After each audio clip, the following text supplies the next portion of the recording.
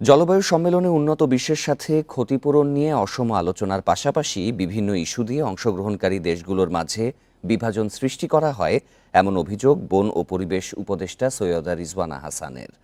রাজধানীর গ্রিন রোডে university of Asia প্যাসিফিকে COP29 নিয়ে আলোচনায় এই অভিযোগ তোলেন তিনি। বলেন, বাংলাদেশ থেকে প্রতিনিধি দল সম্মেলনে অংশ নিয়ে জোরালো অবস্থান নিলেও দেশে এসে জলবায়ুর ক্ষতি মোকাবিলায় তেমন ভূমিকা রাখে না বিভিন্ন মন্ত্রণালয়। এছাড়া প্রতিবছর 1% করে কৃষিজমি কমে যাচ্ছে, সেই সাথে বন উজাড় হচ্ছে।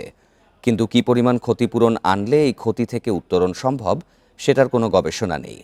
জলবায়ু সম্মেলনে আলোচনার সক্ষমতা ও রাজনৈতিক সদিচ্ছা বাড়ানোর তাগিদ দেন সৈয়দা রিজওয়ানা হাসান।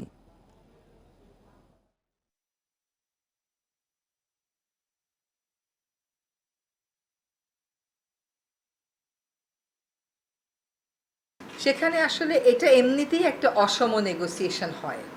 নেগোসিয়েশনটা সবসময় বাইল্যাট্রাল লেভেলেই হয়ে যায়, এবং নেগোসিয়েশনের বিউটিটাই হচ্ছে যে বিভিন্ন ব্লকের মধ্যে ফাটল ধরিয়ে দেওয়া, কনফিউশন তৈরি করা।